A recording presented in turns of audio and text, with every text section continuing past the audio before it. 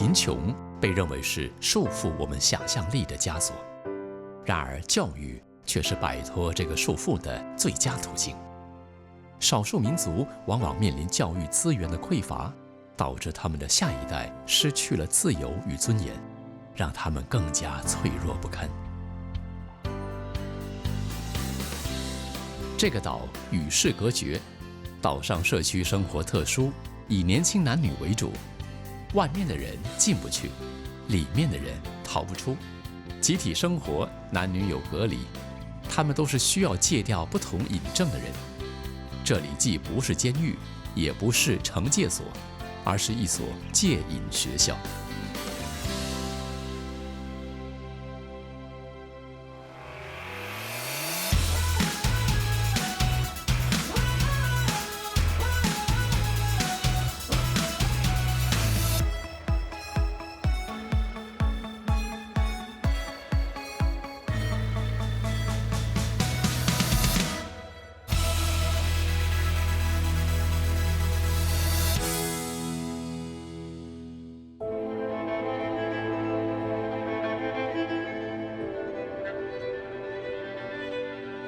有一个社区，它要向世人证明它存在的价值。它是戒瘾所，是一所学校，也是一个与世隔绝的社区。住在那里的都是年轻人，他们不能踏出岛一步，外人也不能够进入。我们是经过特别申请才能够进入禁区的。现在我就要坐船过去。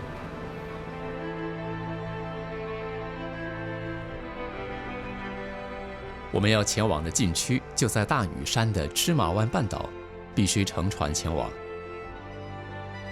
明伦约了学校的义工老师在常州码头会面。义工老师们一早就聚集在码头，带着物资，准备前往岛上。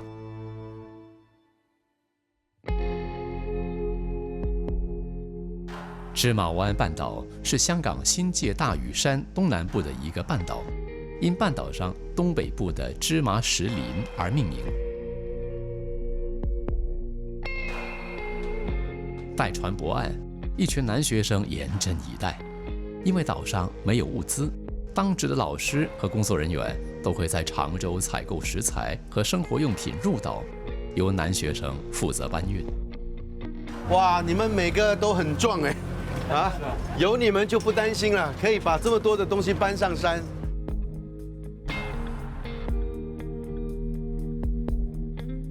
正生书院是在1998年创立，协助年轻戒毒者和行为有偏差的年轻人重返主流社会。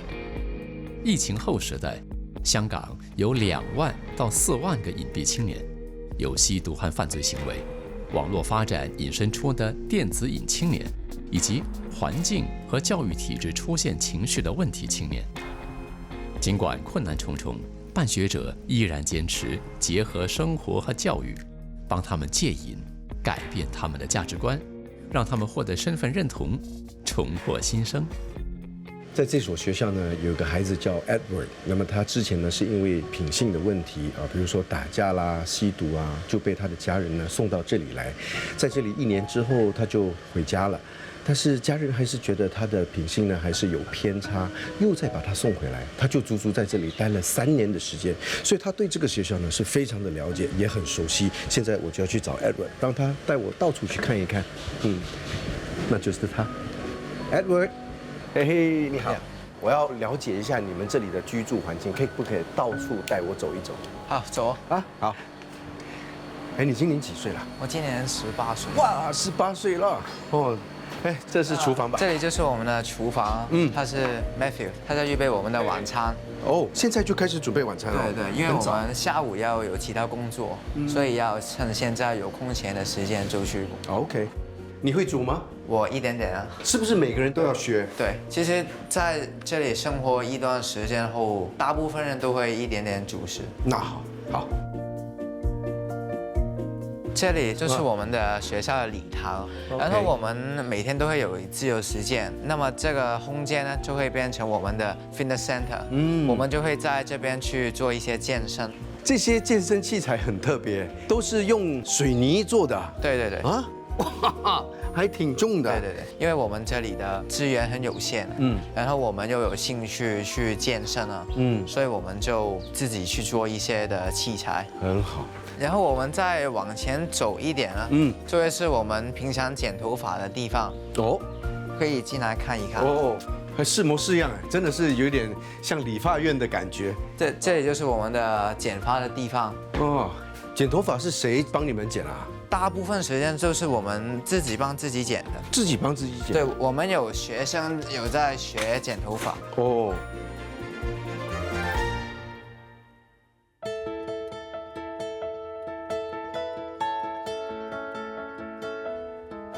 其实我很喜欢你们这个学校的环境，因为很靠近大自然，对不对？对，这边的空气比出面的还要舒服一点。是。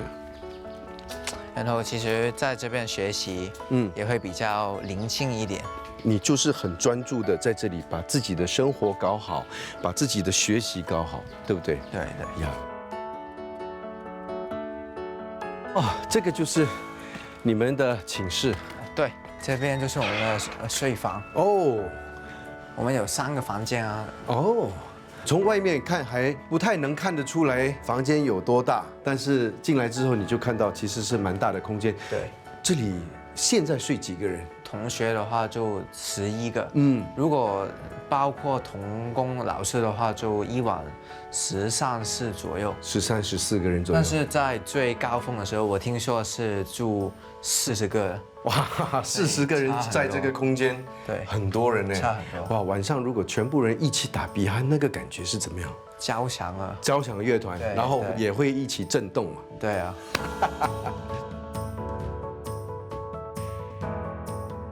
学校会应学生的能力和程度编配到相关级别进行学习。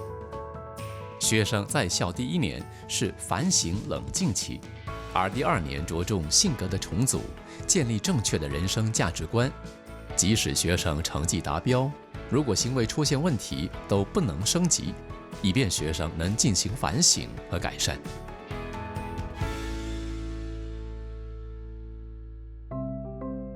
起初到岛上的戒瘾者多为患上毒瘾的青少年，而后网上数码成瘾人数增加。自律生活能培养他们的自主性和责任感。为了向学生灌输正确价值观，鼓励他们积极学习，义工老师的角色举足轻重，不以身份下压，而是聆听、理解、同理、谆谆教诲，一起生活共进退。考验的是老师与学生之间所建立的诚信。Dennis 老师在这里15年，当初面对环境的适应和学生的教导挑战，让他留下的意愿更加坚定。是什么促使你想要去做这件事情？睇到呢度學生嘅眼神，好空虛，需要老師幫佢咁我希望可以喺度同佢哋一齊成長咁樣樣。咁我哋好着重就係同啲學生有個關係，我哋一齊勞動、一齊學習、一齊食飯啦咁建立咗個互信，佢俾個信任你。咁有情緒有波動嘅時候咧，咁嘅情況咧，佢較容易會接受你嘅提示所以也就是說，老師跟學生的關係，感覺就好像是一個社區，然後跟他們之間是一個朋友的關係。係我哋嘅關係比較好多重嘅，我哋有老師嘅身份啦，有朋友嘅身份啦，屋企人嘅感覺啦，即係佢哋入到嚟，我哋就佢哋父母咁樣樣。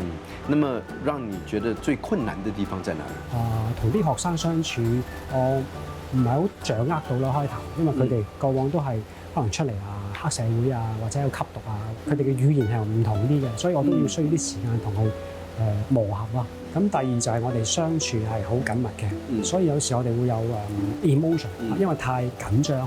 咁呢樣嘢係我哋要其實不斷都要學習，有時會放低慢翻啲腳步呢度啦。另外就係屋企嘅時間去balance，因為我喺度留宿一個禮拜我哋有2晚至3晚會喺度過夜嘅，咁咪少咗時間屋企啦，就咁樣樣。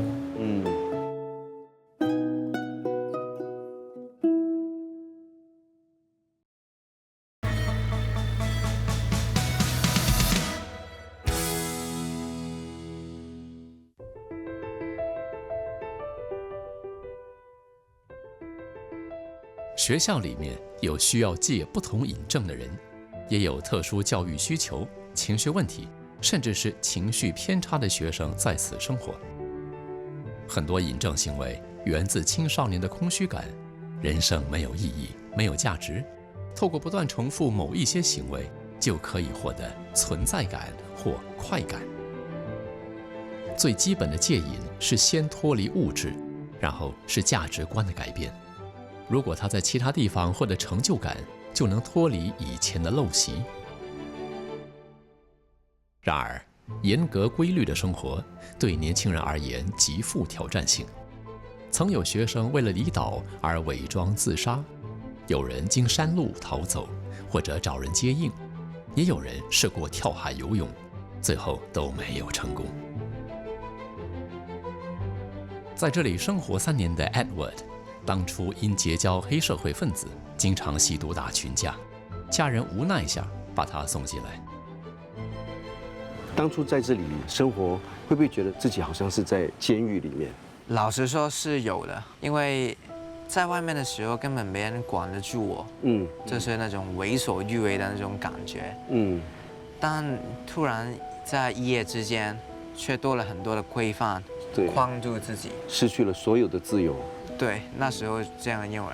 那么当初来的时候，觉得最不习惯的是什么？我觉得最不习惯的就是要冲冻水凉，因为我进来的时候是冬天，所以我最不习惯就是冲冻水凉。会很苦吗？那段日子？其实苦也不算是很苦，就是不习惯早睡早起，不习惯有一些规矩要跟。那你是怎么克服这些呢？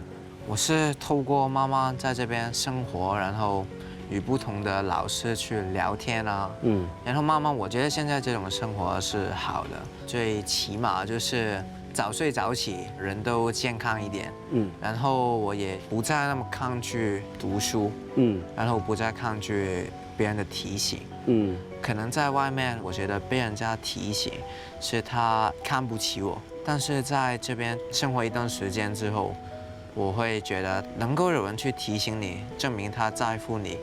如果有一天没有任何提醒在你身边的话，就表示你可能已经得不到任何人的在乎了。所以我会很谢谢有这些提醒在身边，我觉得这是我最大的改变。你还会在意别人对你的眼光吗？我不能控制别人怎么去想我，因为我的确是做了一些不好的事情，而正正因为这些事情才会有了今天的我。我只管做好自己就行了。你觉得你成长了吗？我觉得我有成长。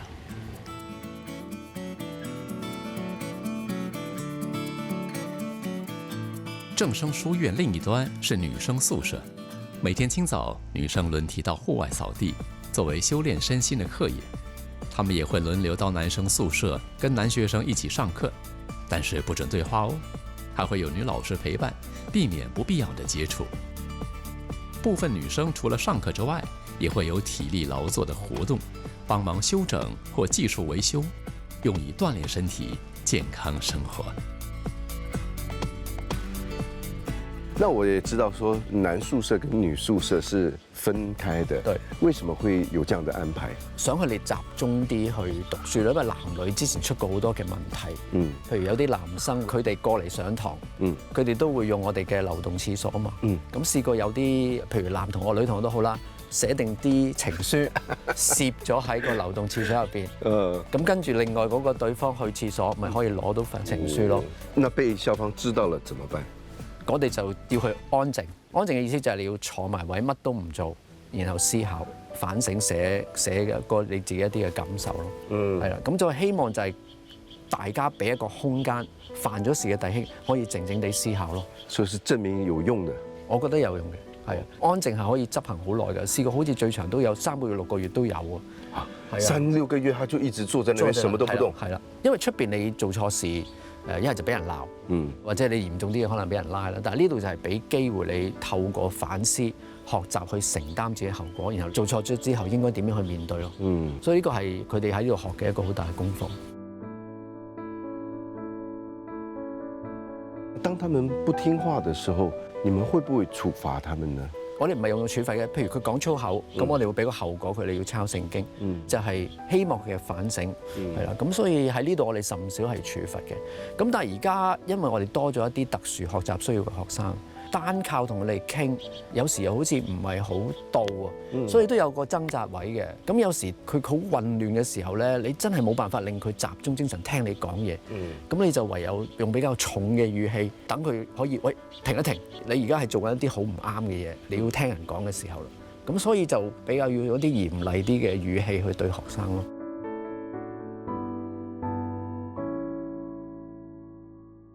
戒瘾学校自行一套生活作息表，上午上课2小时，下午进行各类活动。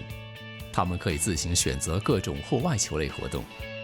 男生酷爱健身，是立场作息活动；内向的寻求音乐心灵治疗，全方位训练他们的生活技能。学生必须严格遵守规则以及职员的指示。我哋教佢哋學射箭，因為射箭呢個運動咧，我信啊，我相信對佢哋嘅專注力啦，佢哋個忍耐啊，同埋佢哋自己可以靜咗落嚟。射箭嘅時候，對，咁佢可以認識自己多啲。係啊，因為佢哋落嚟射箭咧，唔係我叫佢或者我逼佢嘅。是他們自己的興趣。係啦，佢哋同佢哋嘅老師申請，咁然後老師覺得佢哋喺呢度個生活嘅態度好啦，然後就俾佢落嚟啦。落咗嚟跟咗戰隊，我就一路教佢哋㗎啦。係啊。在老師嚴加指導下，孔令彤今年初還贏得香港學校傑出運動員獎。你覺得射箭可以幫助你嗎？即係可以平靜啲，同埋專心每一下嘅動作。之前可能好負面啦，即係好少嘅事就唔開心。我細個係即係都會發脾氣，即係都會鬧人。跟住媽咪就有病，會成日抱怨，跟住就會鬧人啦。跟住我就可能發泄喺屋企人度，就越嚟越負面咁。都係入咗嚟先至開始有改變。所以就是家裡的種種的問題，導致你的脾氣也很不好，經常會發脾氣，然後會逃學。那來到這裡之後，就開始有改變。覺得呢度好錫我，老師同學都好，即係經歷到呢度嘅愛。這裡的學生走上成癮之路，背後都有着偏頗的價值觀。這些價值觀的養成與從小到大各種不如意的生活環境所累積的孤單、痛苦、壓力息息相關。在協助者的陪伴與扶持下，才能鼓起勇氣面對傷痛和發洩負面情緒，進而有能力站上通往真正反省的起點。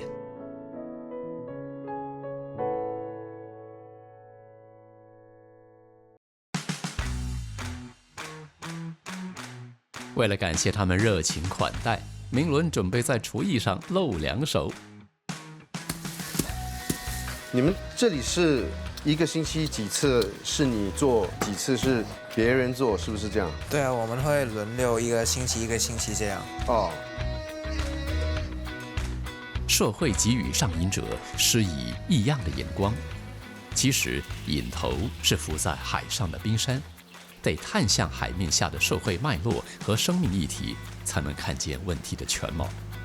所以讓他們知道彼此並不孤單，傷痛沒有不對，但可以往前走，重新認識，改變自己。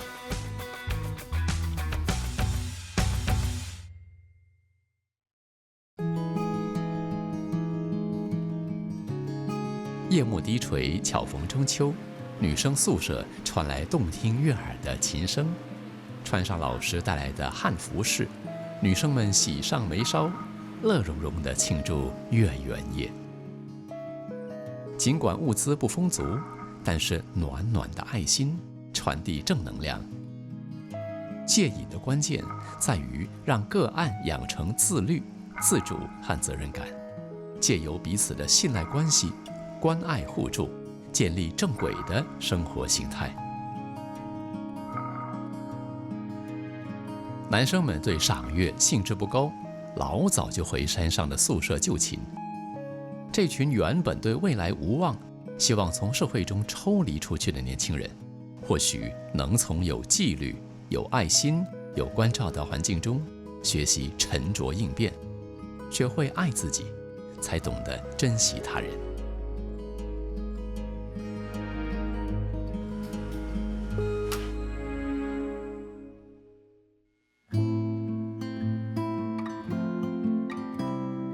你进来这边多久了？接近3年。哇，蛮长时间了。明年就走了。明年就出去了。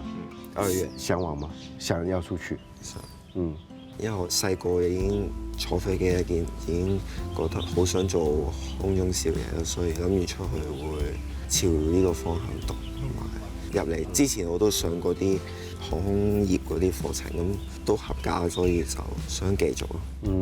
幾年之後，我希望可以着套制服喺機場返工咁。那你覺得你在這裡生活了3年，你的人生觀有沒有改變？有啊。之前有啲係錯噶嘛。錯嘅就梗係唔好再做啦，又傷屋企人心就唔應該啦。就係想開心同屋企人相處咯咁。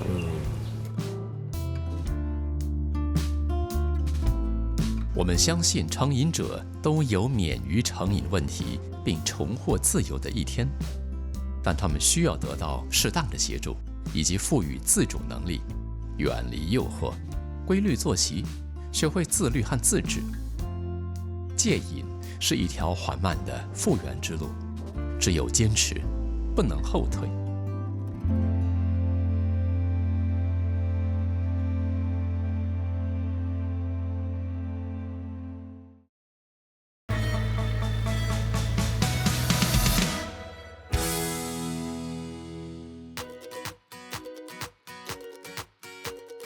在菲律宾南部达维的这一带水域呢，住着大约7万到10万的巴瑶族人，他们大部分都居住在海上，以捕鱼和采摘海洋资源为生。这种与海洋紧密结合在一起的生活方式，让他们被称之为海上的吉普赛人。塔威省的首府崩高是菲律宾巴瑶族人聚集的大本营。他们居住在紧邻海岸的水上聚落，走在街头，你很容易发现他们的身影。由于长期与海洋相伴，头发因为长时间在海水浸泡，盐分残留的结果，使得发色略显棕黄。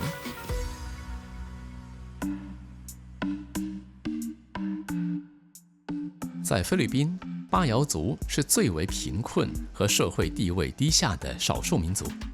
每天下午3点后，就会见到巴瑶族孩童的行乞大军涌现在港口邻近的主要街道，他们是崩高街头不容忽视的社会问题之一。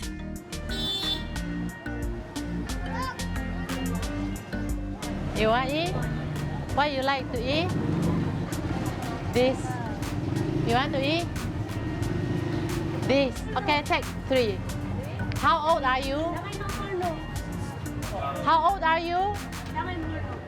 他们都不知道自己几岁哦。Please。巴瑶族社会自成一格，相当封闭，他们不太愿意为孩子进行出生和死亡登记，甚至不知道他们的出生日期。所以，大部分巴瑶族小孩不知道自己的实际年龄，加上缺乏教育，在语言沟通上有困难，也造成他们害羞腼腆的个性。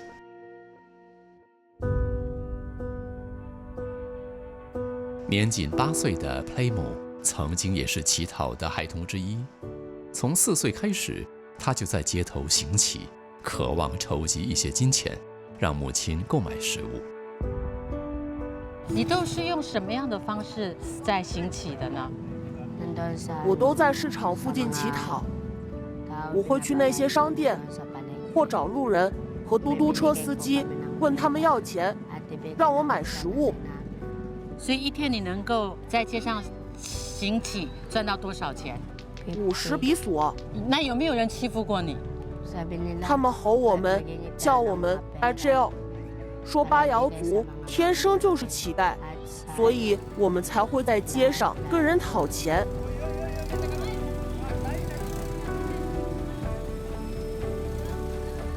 看到那么一群原本应该在学校上课的孩子，可是却在街上行乞，看了心情难免会有一点难过。但是在达维呢，却有这么一对夫妻，希望能够改变这群巴瑶族孩子的命运。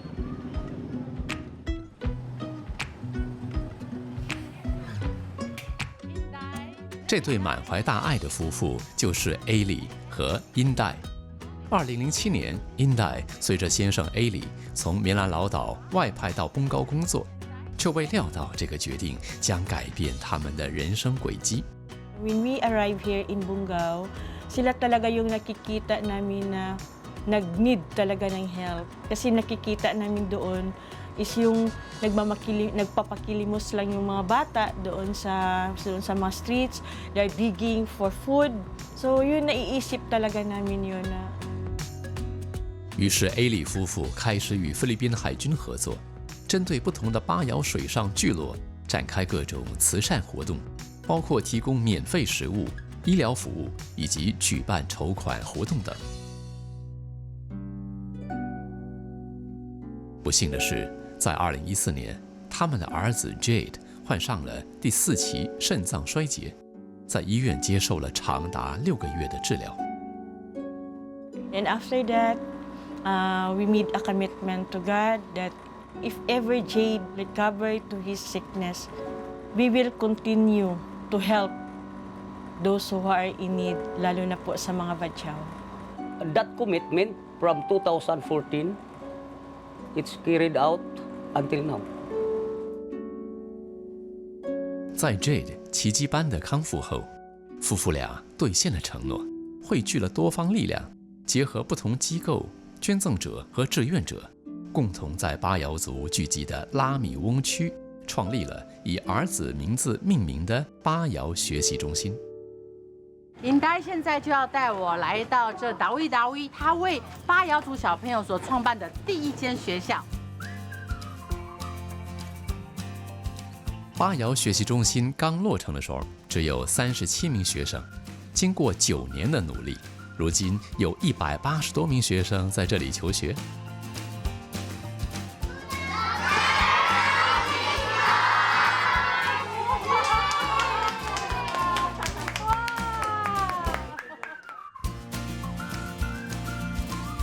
来到这里，看到街上行乞的小朋友，然后再到学校看到那一群在迎接我们的小朋友，他们那些纯真的笑脸、赤诚的笑声，忽然间让我的情绪特别的澎湃、很激动。因为同样都是同年龄的孩子，可是他们却有不同的遭遇。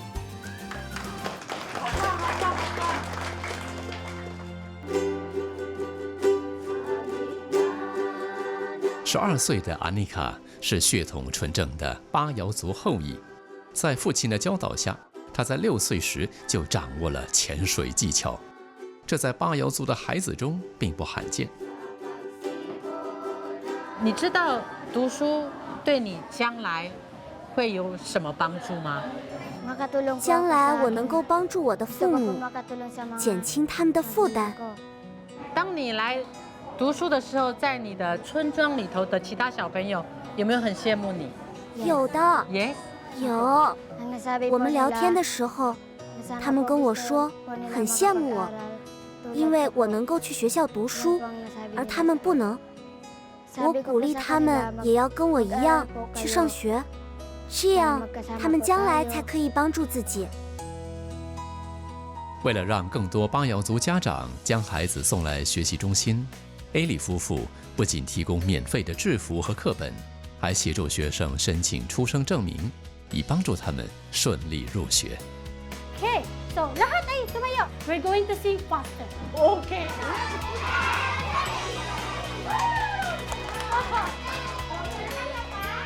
其实老师，你在教他们的时候，面对最大的难题是什么？有些孩子在课堂上会大哭，或者如果他们碰到问题的时候就不愿意来学校，我们会尝试和他们的父母沟通，找出问题的所在，然后跟父母一起来解决，好让这些孩子能够重新回到学校来上课。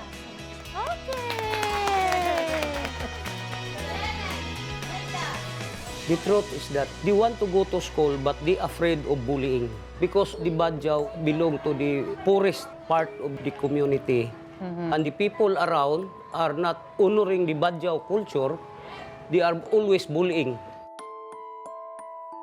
学校霸凌问题和政府对出生证明的要求，让巴瑶族孩子们的求学之路充满困难。因此，很多巴瑶少年宁可随家人出海捕鱼，在大街售卖廉价渔货，也不愿回到校园。Until now, still very difficult to convincing them. It is really very hard to convince them. So what we did is, since wala silang pagkain doon sa bahay nila, so ang ginagawa namin is nagpipiding program kami para yung mga bata makonvince namin to go to school. Dahil dito sa paaralan may pagkain kami inihanda para sa kanila. And we also give a seminar to the parents on how and why they have to enroll their children to school. Because to escape the poverty they have is only the education.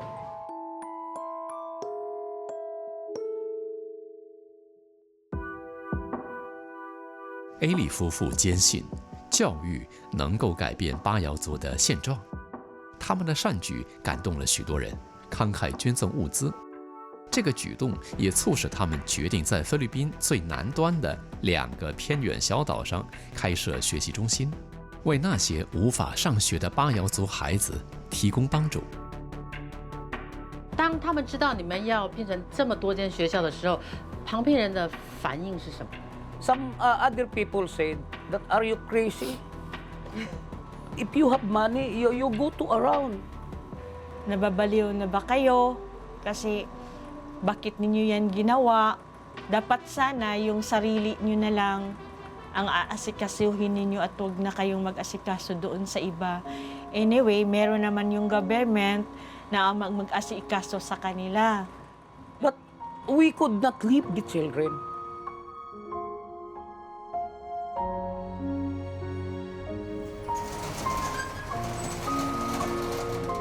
在缺乏政府津贴的情况下 ，A 里夫妇不得不依靠自己的力量来筹集3间巴瑶学习中心的运营经费。他们经营着以儿子名字命名的蛋糕店，并且为改善巴瑶族孩子的未来而努力不懈，将梦想与责任融合在烘焙的热忱中。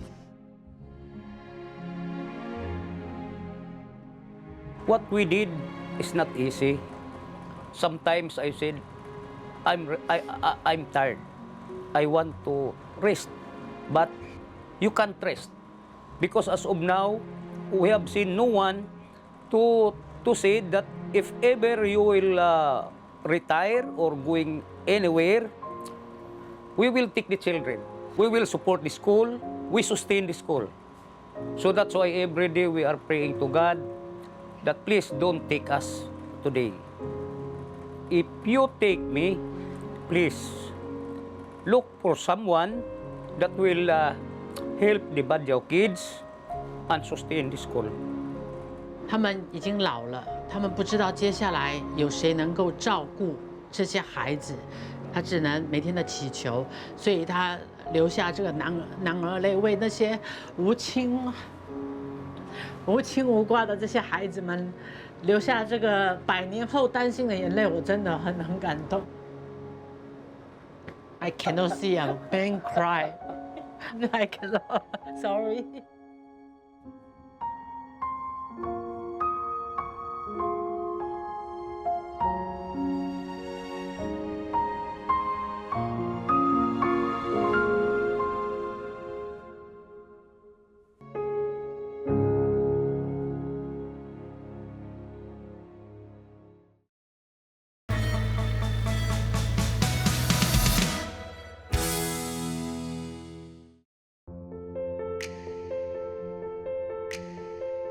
“功高尚未苏醒，晨曦初见天际。”巴瑶族渔夫早已扬帆出海，在更远的海域中捕捞渔获。同一时刻，住在外岛的巴瑶族小孩穿着整齐的校服，背着书包，在微弱的晨光中划着小船，迎着微风，往静谧的水上聚落前进，开始一天的学校生活。这幅景象是巴瑶族社区一道独有的风景线。一般呢都是那些巴瑶族小朋友从他们的岛上来到这里上学。那么今天呢，我就要反其道而行，从这里呢坐船去到他们的岛上，看看他们的生活方式。Let's go。拜拜。巴瑶学习中心的学生，除了来自毗邻的巴瑶社区，其他的学生都住在距离学校约半小时航程的水上聚落。村里住着大约200多名巴瑶族，因为男人都外出打工谋生，所以留下的大部分都是女人及小孩。我们到了，原来这里就是巴瑶族他们生活的地方，就很像我们的回龙一样。我们现在要去拜访一位之前有来学校，后来辍学的学生，去设法了解什么原因让他不再上学。Okay, understand. So where we go? How to go? You go first. 2条木棍。Okay. Go.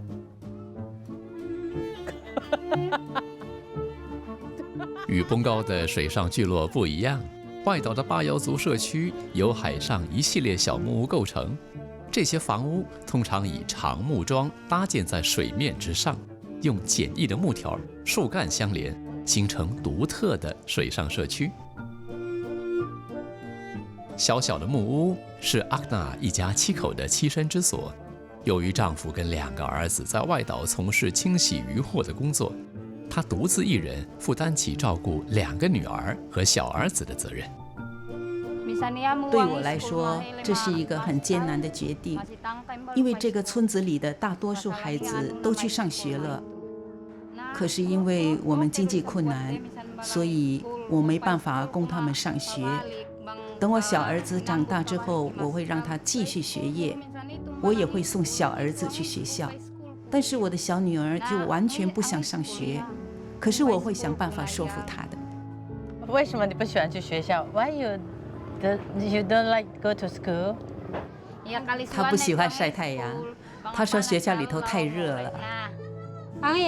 那姐姐呢 ？You like to go to school? Yes. Tell me. Later I give you biscuit, sweet. 他商以外，他没有足够的能力去表达他自己，所以当你没有足够的智慧，你就没有思想，没有思想，你没有语言，没有语言，你没有情绪，你就不能去表达。所以这个真的是学习跟教育的重要性。所以我现在也想要问一下老师哦，最难攻破的是父母还是不读书的孩子？最大的问题其实来自孩子，因为一旦这些孩子受到霸凌，他们就会有心理创伤，我们就很难说服他们回去学校上课了。尽管某些巴瑶族孩子们渴望学习，但对于居住在外岛的家庭来说，有些人甚至支付不起基本的交通费送孩子上学。此外，上学也意味着家里少了一份维持生计的助力。85岁的瓦西拉与2个已成家的儿子同住，一家10口人共同生活。他拥有16个孙子，然而只有6个有机会接受正规的学校教育。妈妈，你觉得读书教育这件事情重不重要？我想教育是很重要的，主要是为了让他们长大后能够有一份好的工作，同时也不会因为是少数民族的关系而被欺负。但是因为生活不容易，所以孩子们选择不上学，而是帮忙父母赚钱养家。女人留在家里帮忙洗衣服，而男人就帮忙父亲去捕鱼、处理渔获，还有卖鱼。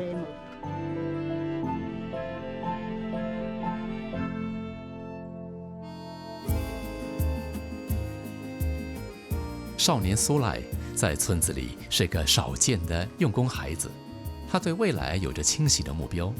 多亏 A 利夫妇的资助，即使已经小学毕业，他依然有机会继续接受高等教育，实现自己的梦想。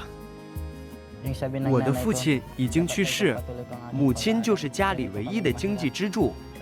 可是，他还是鼓励我继续学业，将来才能找到一份好的工作。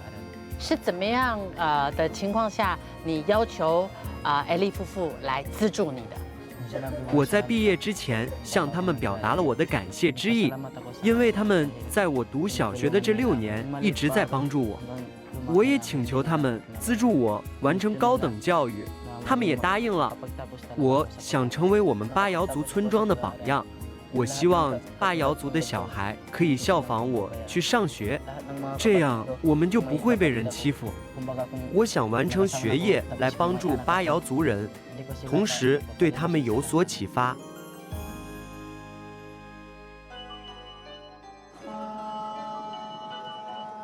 每当有渡轮在港口靠岸，巴瑶族的孩子们就会伺机而动，穿过垃圾堆，毫不畏惧地游到码头，等待船上的乘客投掷硬币，随即迅速潜入水中捡拾金钱。尽管在菲律宾，巴瑶族被认为是最贫穷且社会地位低下的少数民族，但这些欢笑嬉戏的孩子们却丝毫不觉，继续在海水中尽情徜徉。我不想再去街头乞讨，我想专心读书，完成我的学业。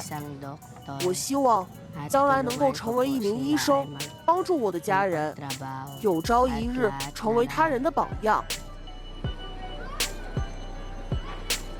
We dream that someday, if there is one professional in every family of Banjo, their generation to generation poverty will go away.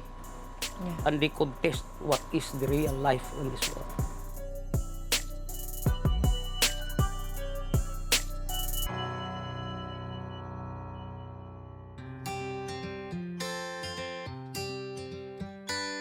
现在呢，我要跟着这群小孩去一个无人的沙滩，跟他们一起去戏水，体验他们的生活。Let's go， 拜拜，拜拜。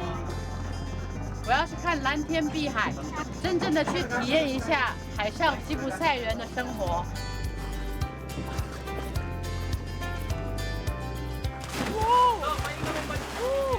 哇，你看他们多开心啊！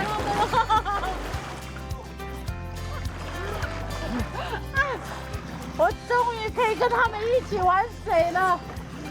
哇，下面都是珊瑚本，已经死掉了。哇哦，他抓到海星。